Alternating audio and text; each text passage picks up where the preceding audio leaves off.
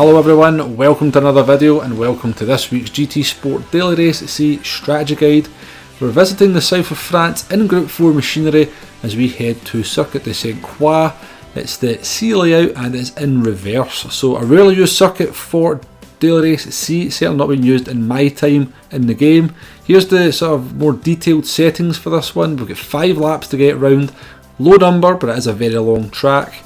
We have fuel consumption at times 3, tyre wear at times 7, and we have both the racing medium and the racing hard tyre available. So just like last week, we are going to assume that racing hard tyre is mandatory for this one.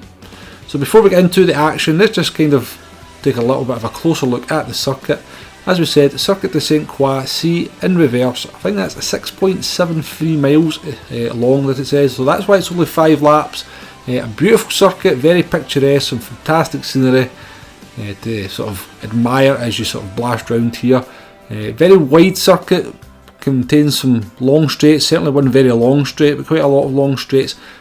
Great mix of corners, there's got hairpins in there, there's fast sweeping sections, there's 90-degree corners, so got an interesting circuit in prospect, and I think we've got a good race on our hands for this one.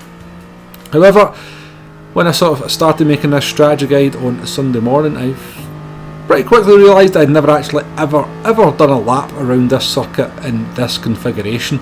I'd certainly done this layout in the other way around, but I'd never done it in reverse, so I had quite a lot of learning to do, and certainly had to kind of learn quite a few sections of this track that I'd never ever driven before. It does feel very alien initially, certainly this first sector is quite tricky to get right. It's all about kind of placing the car in just the right sort of part of the track to get the maximum speed through these corners, but once you kind of get on top of it, it's a very nice section of track indeed. Naturally, a very nice circuit overall, very flowing, and I think we're going to have some good racing, very wide, so plenty of scope for making some overtakes there, which after Brands Hatch last week, it's very difficult to make an overtake. That should make things a little bit more easier in that regard, that's for sure. In terms of cars, I wasn't entirely sure what cars were going to be particularly strong round here. As mentioned before, there is a very long straight which we're on now. I think it's nearly 50 seconds at full throttle, and there is at least 3 other pretty decent length straights as well. So a car with good top end is always going to be advisable here. We're certainly going to have some benefits, that's for sure. So in terms of car, what we have picked, we've went for the Aston Martin Vanquish V8. This is a car that is pretty good in a straight line, but it's also a very solid, dependable car in the corners as well.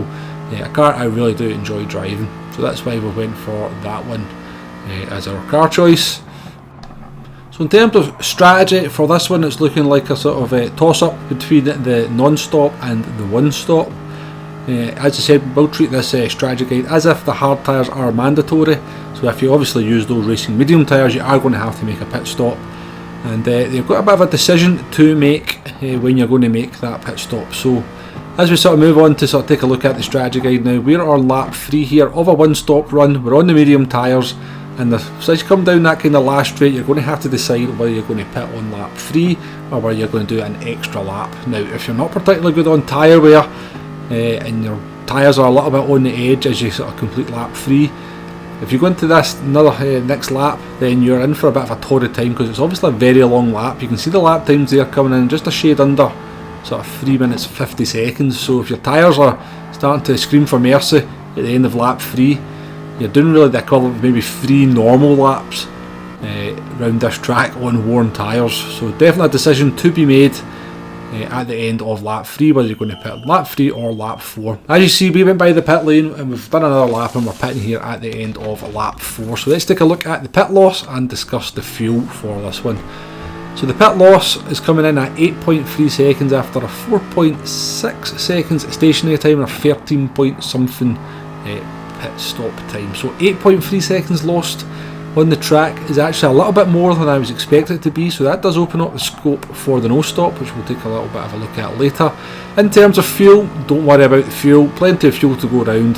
Aston Martin finishing the race with around about 25% fuel, so actually a car that sort of burns through the fuel, maybe like something like the Mustang, might actually be at a slight advantage with the fuel.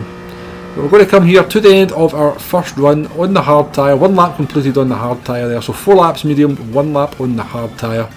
we'll get the finishing time, and this will be our benchmark going forward. So that finishing time was at 19 minutes 06.5 seconds. So that is the time to beat as we move on to this second strategy. So what we've done here is we've actually went the opposite way. We've decided to do our pit stop at the end of lap 3 and do 2 laps on the hard tyres. So we're just coming to the end of that run here as we sort of join on board, and it was looking fairly promising. Unfortunately, we're going to make a slight mistake here into the sort of tricky left-hander. Try to get on the throttle just a fraction too early, catch the gravel to the right. Sort of half spins the car around, probably costs us around about 5 to 6, maybe even 8 tenths of a second. But it's just one of these tracks which is very, very hard to be completely consistent. Such a long lap here, it's hard to put in pretty consistent lap times. And it never really costs us that much. But as we come up towards the finishing line here, we'll get an idea whether this has been a slightly better strategy than the first one. Not a great lap time for the hard tyres there, so that should maybe have been around about 3 minutes 47. The finishing time pops up there and we're at 19 minutes 06.0. So fairly close, only half a second quicker than the first run. We did include that mistake into that corner, but the first run wasn't perfect either. And I would say we're pretty much within the margin of error there. It'd be hard to say that either of those strategies are better than the other. And it does look like you can either do an undercut pitting on lap 3 or maybe do the extra lap pitting on lap 4. But that's something we'll take a little bit of a close look at a little bit later in the video. And the third strategy we're going to look at is the non-stop. Only going to be an option if it's just a hard tyre that's mandatory. Usually it's just a hard tyre, but sometimes they make it both the medium and the hard tyre. So we join the non-stop here at the end of lap number 3, and in the top right hand corner there we've got the faster of our one-stop runs, which pitted at the end of lap 3. So we'll get a sort of idea of the sort of time difference between them, and whether what car is going to get track position. So the one-stop is into the pits in the top right hand corner there, and you can see the non-stop is now coming by the exit of the pit lane and has taken the lead. So it looks to be around about 2 to 3 seconds. Now the hard tyres are around about 2 seconds a lap slower than the mediums initially, but obviously over the course of 3 laps that's only about 6 seconds. Pit loss is about 8.3 seconds, so therefore the non-stop has managed to get track position. Now the one-stop will come back a little bit in the sort of final 2 laps with those slightly fresher hard tyres, but not by a huge margin in this example. And we can see the non-stop has actually maintained the lead, is about to cross the finish line and is actually beaten the one-stop run. So as we approach the finish line, let's take a look at the sort of time that the non-stops managed to clock, and it's a 19 minutes 03.7, so 2.3 seconds quicker than the fastest of the one-stops. So that's fairly interesting, but maybe doesn't tell the whole story. Again, we're going to just look at one little other thing, then we'll do a recap on all the strategies and I'll give you my pros and cons of each one and which one I think is going to be best. But before we do that, let's get this out of the way. Now when it comes to Group 4, people are always a little bit wary that the FF cars are going to dominate. So I decided to take the Peugeot out for a little bit of a run. Did a few sort of warm-up laps just to get used to its charms, and then decided to start doing a race run. Now there's no two doubts about it, the Peugeot was very, very quick round this track, not surprising given the amount of straight lines to blast down. But look at that tyre wear as we come to the end of lap number 3, and look at that drop off in lap time between laps 2 and 3. So lap 2 there at 3 minutes 45.0, quicker than any lap I did in the Aston Martin, but we've then dropped off by 2.2 seconds into lap number 3 there. So a massive drop off in lap time, and you can see the front tyres are really, really beginning to struggle. So they're going to certainly be competitive, the FF cars, although I do think they will be shoehorned into doing the one-stop strategy. 3 laps on the mediums, 2 laps on the hard tyres. So I don't think the FF cars are going to be particularly overpowered in this one, certainly from my testing. Competitive, yes, not overpowered. I think that tyre wear is going to be a bit of an Achilles heel for them. I do think there will be quite a good variety of cars in this one, which is always nice to see, particularly in the race if not qualifying, but I never really go by me in terms of when it comes to prediction cars, because I often or rarely get it right.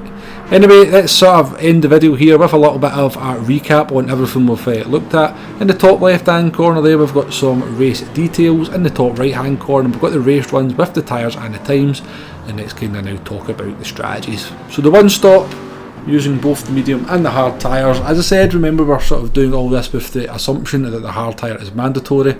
So the one stop, depending on the car and your tyre management, it is possible to do 4 laps on the medium tyres and just a single lap on the hards. However, doing the split 3 on the mediums and 2 on the hards results in a very similar finishing time to the 4-1 split. This to me means there is a scope for both the undercut and the overcut. Now what do I mean by that? By undercut, that means you could put on lap 3 and try and get an undercut on the cars around you. Maybe some of them are going to go to lap 4. Try and get a little bit of clean air, try and get away from maybe some of the cars you're fighting with, and try and use the fresh hard tyres, and hopefully they might be a little bit quicker than the worn mediums on some of your competitors. In terms of the overcut, it's just doing it the opposite way. Maybe some of your drivers around you pit on lap 3, you decide to do the extra lap on the mediums if maybe you've been looking after them a little bit, or you feel confident you can still get a good lap time out of them, and you can maybe sort of get a bit of fresh air that way. Put in a good in lap, and hopefully maybe sort of make a gap to some of the cars around you that you were fighting with as they struggle to get their sort of hard tyres up to temperature. So I do think the one stop, there is definitely some scope to play about with the strategy in terms of what lap you put on. As for the no stop, in optimal conditions, I do believe this is a slightly faster strategy than the one stop. Even though the hard tyres are around about 2 seconds a lap slower initially than the mediums, that gap will come down as the laps kind of come down, even though it's a very short race. But obviously the hard tyres do move towards the medium tyres as the tyre wear kicks in. The danger for this strategy that I can see is that if you have medium tyre runners around you, or particularly behind you, and you're going to be sort of struggling into some of the corners over the opening lap, then they're not going to be particularly patient trying to get by you. I can see you getting jostled out the way quite a lot, losing a lot of lap time, and then not being able to get the benefit when it comes to the pit stops. But if you can get a clean run, or maybe you're starting at the very back, this is definitely a workable strategy. And that is pretty much my thoughts for this one. Hopefully there's been some useful and helpful information in there to get you started on this one, or get you going. I'm not going to do a lap guide for this one. It is nearly a 4-minute lap. You don't want to listen to me blabble on for another 4 minutes. We're already blabbled on for just a little bit too much in this one anyway. All that's left to say is please do hit that like button, please do hit that subscribe button if you like what I'm doing on the channel. Every little bit helps and I do appreciate it. Please leave a comment, let me know what you think, constructive criticism, what you think this race is going to be, or how your races are going, or just anything GT Sport related. I always do my best to try and reply to any messages. But until then, thank you very much for watching, and I shall see you on the next one. Goodbye now.